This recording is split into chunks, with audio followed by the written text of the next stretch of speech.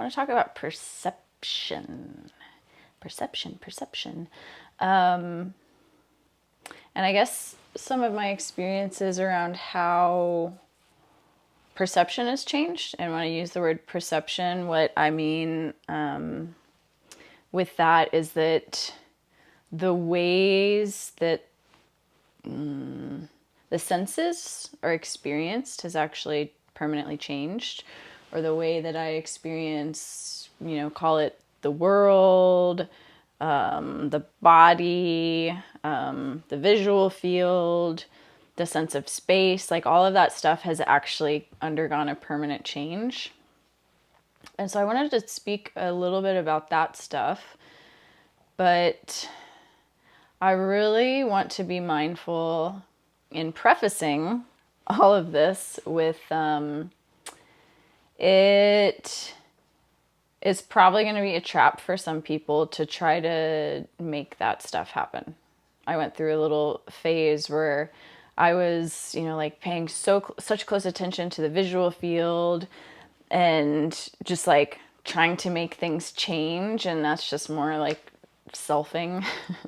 That's just identity trying to make something happen, trying to make itself better, trying to get rid of itself, whatever. So, but I guess I make this to share, just what kinds of things might change or might fall away. But at least my experience with some of this stuff, and I guess maybe I'll just like share where this topic kind of arose from. So I was reading a book, reading one of Bernadette Roberts's books. I think it's The Experience of No Self. And something, just like a passage in it just like clicked, and I was, reading the book and just really, seeing my own experience reflected in what she was speaking to.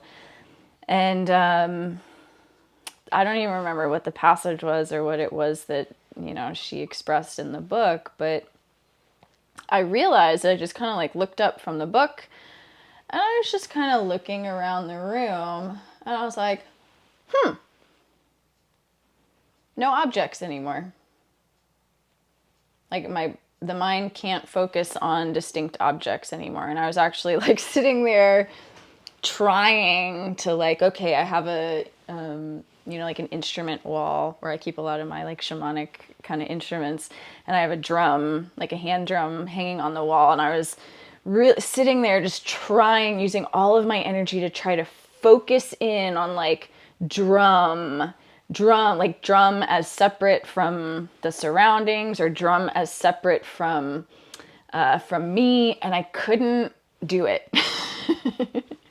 I was just like, it was taking so much energy to try to fabricate a sense of separation between the drum and the surroundings and the drum and the sense, or I guess the lack of a sense of a self. So it was taking so much effort to try to create distance, so I wasn't able to do it. But I just thought that was really interesting, because that's what I found in a lot of the other perceptual shifts that have happened, is that it's only in retrospect. Like, I don't notice the moment that it changes. It's only like, maybe I'll be reading something, or just all of a sudden, just like, where'd that go? Weird. But it doesn't, it's almost like an afterthought, and it's not like some big spectacular thing. It's more of just like, that's gone. Cool. And then moving along with the day. So that was an interesting one. But I guess like one of the biggest ones that I've experienced, and this one was a very distinct moment of just a sense of emptiness, just engulfing the sense of being someone. So there was no longer an ability for me to look inward anymore. and it's not possible anymore. So like the ability to like reflect inward literally disappears. And so it's like I can't look inward, and there's no feeling or sense of like, you know, a someone named Jennifer residing here in like a localized place or like inside of a body. Like that has disappeared, and that kind of got taken over just with a sense of, it was just empty. So there's no longer an ability to look inward. So then attention could only be focused outward, which still seemed, you know, like looking back, it's like still a little bit of a paradox, but it wasn't like, because there has to be an inside in order for there to be an outside, but it wasn't like it wasn't perceived as outside. It was just, okay, now everything is focused just here. No longer with an ability to be able to check in internally, or I guess there still was an ability to like, there was a trying to check in, but there was just nothing there, nothing to grab hold of, no sense of a separate entity to grab hold of. And I've talked about the sense of time. That's in another video. So I won't get too much into that. So the sense of time went. The sense of space has disappeared. And I guess I noticed that one, or that one became obvious. Like the shift did, I don't know when the shift happened, but the shift didn't happen while I was driving, but I guess it became obvious one day when I was driving, or that's just when I noticed that like, oh, something has changed, is that I was driving, and instead of, so before there was a sense of like someone sitting in a car and like moving through space, like moving forward, moving from like point A to point B through space. And the shift that happened, like if you've ever seen those like Mandelbrot fractals, if you just like, you know, YouTube like a video of Mandelbrot fractal, and it's like kind of moving towards you. So it shifted from this sense of like someone moving like forward or backward or side to side through space, and more of just like no movement here, and more of just like things coming towards me. So just like sitting still, sitting stationary, and everything coming towards me rather than being the thing that's like moving through space. So that one was a little weird. And all of these have been permanent shifts as well. So that's one. It's like when the sense of self goes, like all of this stuff I found has just kind of like fizzled out. So subject object, that one didn't fall right away. And when I say subject object, I mean like being, so in order for me to like look out, so just like on my counter, there's a little bonsai tree. So in order for me to look out and say like, okay, there's a bonsai tree over there, there's like an object called a bonsai tree that is at a distance from where I am. Like there has to be an I, or a sense of like somebody here in order to experience the bonsai tree out at a distance. So subject, I would, in that instance, I would be the subject perceiving the object of the bonsai tree. So the subject-object construct goes, and you can kind of, you know, just conceptually, if you don't have this experience, like you can conceptually understand that. So like in order for there to be, how would I explain this? So one is dependent on the other. And how can I explain that? In order for there to be an over there, like an object over there, there has to be a subject over here to perceive that object over there. And so when the subject over here, the sense of self drops, there's no longer a something over there. And I found at least I think this one was different than the sense of space. And I don't know which one happened first. I can't quite say.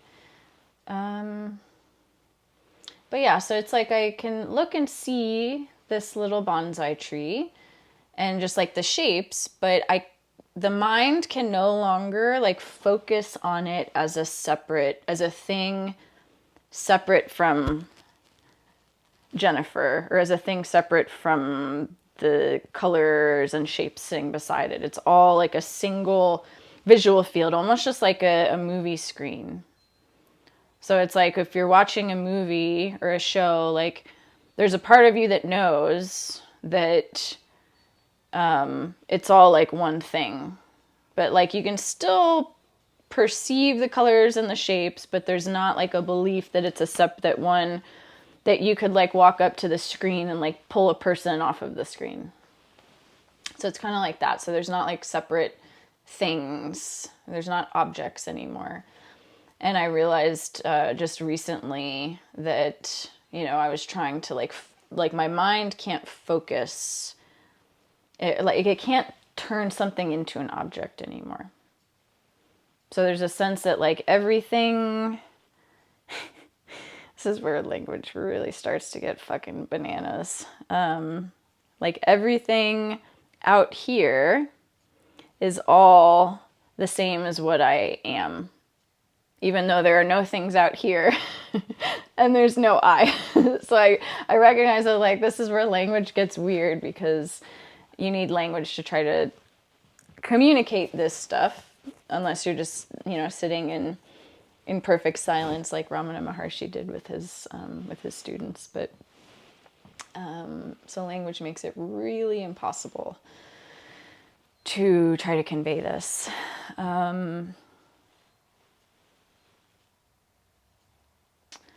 Something else I noticed, so there's no longer a sense of a past and a future. And that, so I can say also, like go back and say that that's like, that kind of has to do with time. But for me, that felt a little bit different. Because even though there hasn't been a sense of like someone moving through time, there was still an ability for the mind to like construct a thought about like a future, and to get a little bit wrapped up in that, for like identity to kind of cling to that. But it's more now, it's like when like everything past feels blank, everything forward feels blank. So it's like now is the only thing that exists. So there's not an ability to like look into the past. There's not a history. And then there's not an ability to look forward into the future. It's like just standing now. And I try to look the mind can try to look forward, and it's just a black void. Like it's just like a black void. There's no light, there's no path, there's no possibilities. It's almost like being in, I don't know, you could say like outer space, like train tracks in outer space. That's just like what's coming to my mind right now. So train tracks in outer space, and just like following the train tracks, just like going along the train tracks. And then there's all these thoughts that pop up about like, turn this way, turn this way, turn this way, go this way. What about this thing back here? What about this thing here? But it's like your experience is just like, you're on the train tracks. The train tracks are just going straight, and you can't turn right, you can't turn left, you can't go backwards. There's only the forward direction. But there's all these thoughts and things popping up trying to tell you that you should go this way, or you should go that way, or what about this option and this option? But then like in your experience, you're like, there are obviously no options. There's a train track going in this direction, and there's nowhere else to go.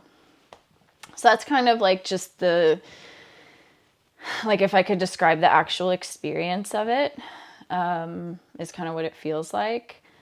And so now, like if somebody maybe asks me like about my past or about something that has happened previously, there's still, like a thought that'll come in a moment, but it happens very naturally. It's not like I have to I don't sit and like search for a memory.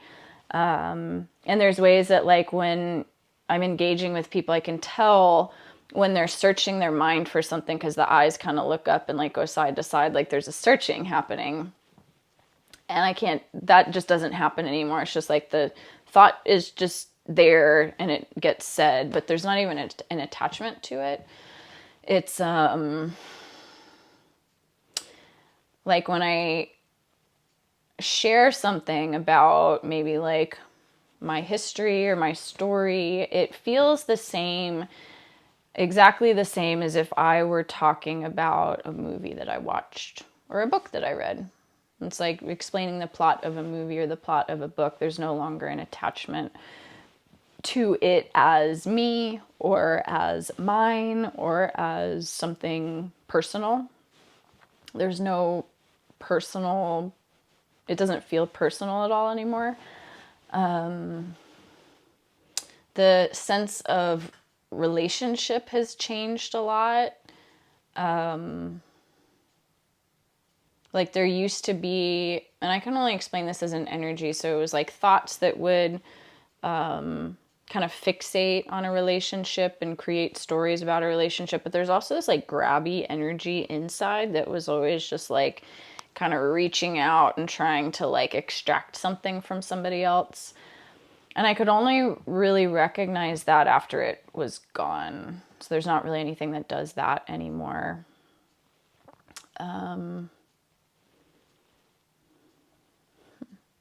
What else? There is detachment. So there's definitely like pretty effortless detachment. And that really is just like all of this stuff. So I want to be clear in this video too, that everything that I'm explaining is just a byproduct. It's not something that you can make happen. It's just a byproduct that happened here, that happened naturally as a result of like really diving deeply into shadow work, into, like when emotion or sensation was coming up, to really just like pause and allow it to be there and actually to physically sit quietly and just feel the sensation.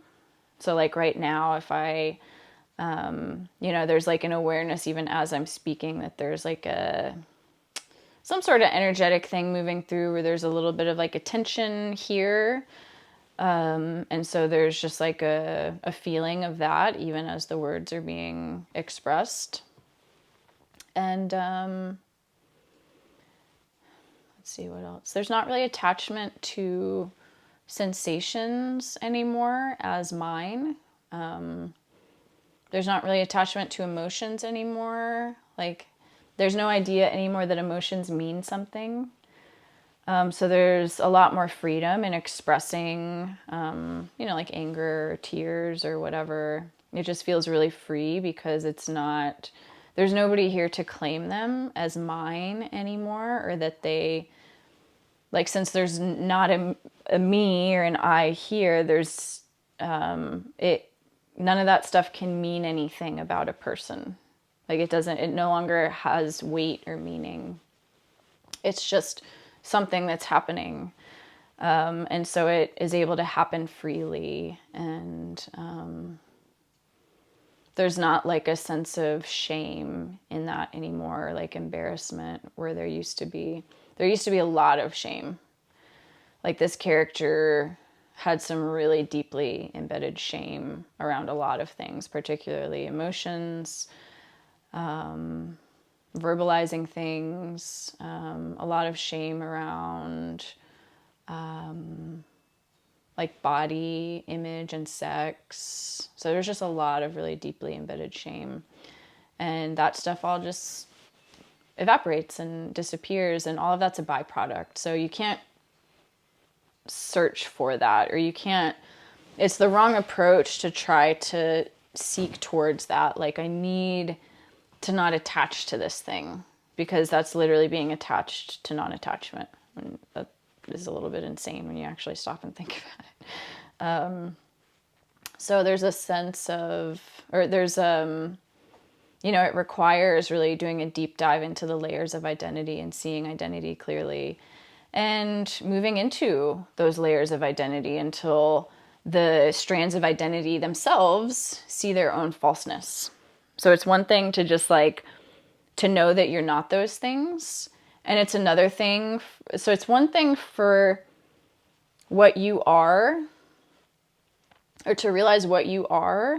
So like to realize, have a moment of realizing that like, oh, I am silence, I am emptiness, I am God. But it's another thing entirely for the beliefs themselves to realize their own emptiness. And as that happens, there's like, it's just like bubbles popping, and all that's left eventually is just air. There's just air.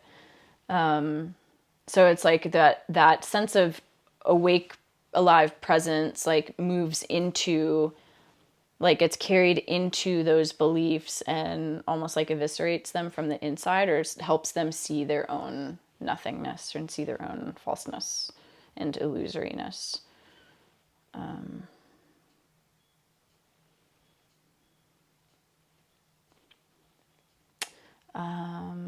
So the body's gotten a lot more sensitive also. It's really sensitive. So it's really sensitive to like there's not so much a sense, like it doesn't get tired as much, doesn't feel like exhausted. It's like if it doesn't sleep well, it's not really a problem. It doesn't mean anything. It's not like, oh, I'm going to have such a hard day. Like there's no stories around that. And it just kind of goes on operating. It just eats when it's hungry and drinks when it's thirsty, and it eats what it wants. There's no longer ideas that like one food is good and one food is bad. Like, sometimes it eats really healthy foods and, goes through seasons where like all it wants is fruits and vegetables, and then goes through seasons where it's like, I want to eat fried chicken.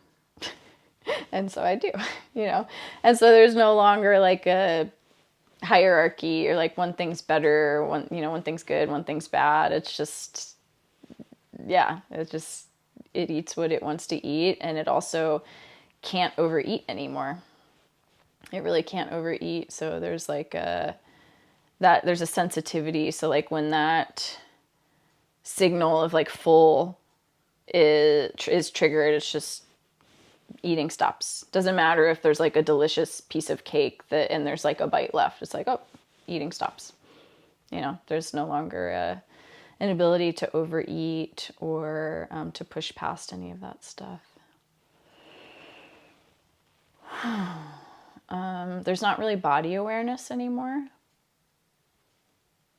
I used to be really fixated on like appearance and physical health and things like that. And there's not an awareness of the body anymore. There's literally never thoughts that arise about like weight or how something looks or a judgment of this body. I don't really, it's kind of weird. There's not really even like a looking in the mirror the same way there used to be.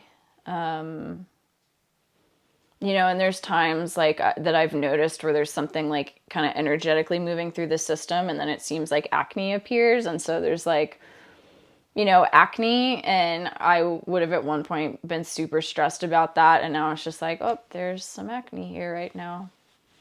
Okay. And it doesn't matter. It just really doesn't matter. So there's just not the like meaning making or the embarrassment or the shame or trying to like hide anything in the same way anymore. There's just like not the same, there's not body awareness anymore, which is kind of interesting. Like there's not a sense of like a body moving through space. There's just the experience of just pure sensation. So like this is creating, there's visual field of like, what you would call hands moving. There's sensation, like a physical sensation that happens alongside that, but there's not like a feeling that there's hands moving through space. It's just visuals and sensation. So it's all those things like shift permanently at some point. Don't try to make them happen. It'll happen when it happens. And you know, there might be a phase where you're trying to make something happen, and that's totally understandable. I went through that too.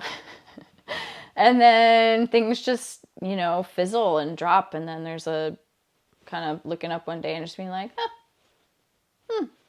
that's gone, or this changed, or this isn't here anymore. Interesting. And there's not really another thought about it. It's not like, ooh, wow.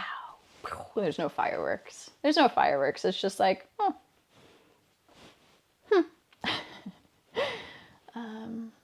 So yeah, all of this is very ordinary. It's very ordinary. And as it may sound like extraordinary, or like I really romanticized all this stuff at one point, and it happens, or it just like fizzles or fades, and it's like, it's not even noticed that something changed, like, because it happens, or at least for me, it's how, like, for so much of this stuff happens so subtly that it's not even noticed. And then when it is noticed, it's just like, it's just so ordinary that it's not, there's no fireworks. But I can see how, you know, like I had opening experiences, you know, in the past, and it was like experiences where like ego would dissolve, or the sense of self would dissolve, and then it was just like, oh my, like the ego would kind of reform itself, and it'd just be like, oh my God, that was amazing. Or it just felt like such a big distance, or just like, it felt like fireworks because there was such a big distance between the ego structure, the self structure, and the experience, for lack of a better way to say it, of ego dissolving or self dissolving. But it tends to happen, or for me, it kind of happened gradually. So those experiences stop. So you stop having those big experiences. So even the way that I, you know, since I facilitate psychedelics, I still have experiences with those, but the distance between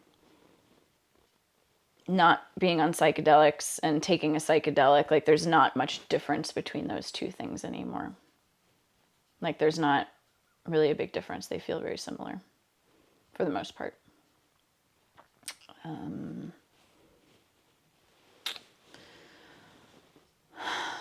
think that's it.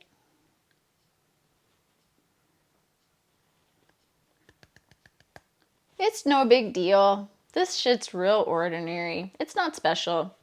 Don't try to make it special. And also, like, nothing changes in a weird fucking way. You just realize that the way that you were perceiving was just an illusion. It was just a misperception.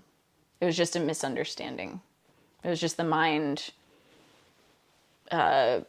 creating something that isn't actually there. Just is weird. So, yeah. And if you have questions about this, feel free to leave a comment. Clarifying questions or just experiences you want to share, feel free to leave a comment. And if you feel like joining my member area, I would love to see you in there. So, take care.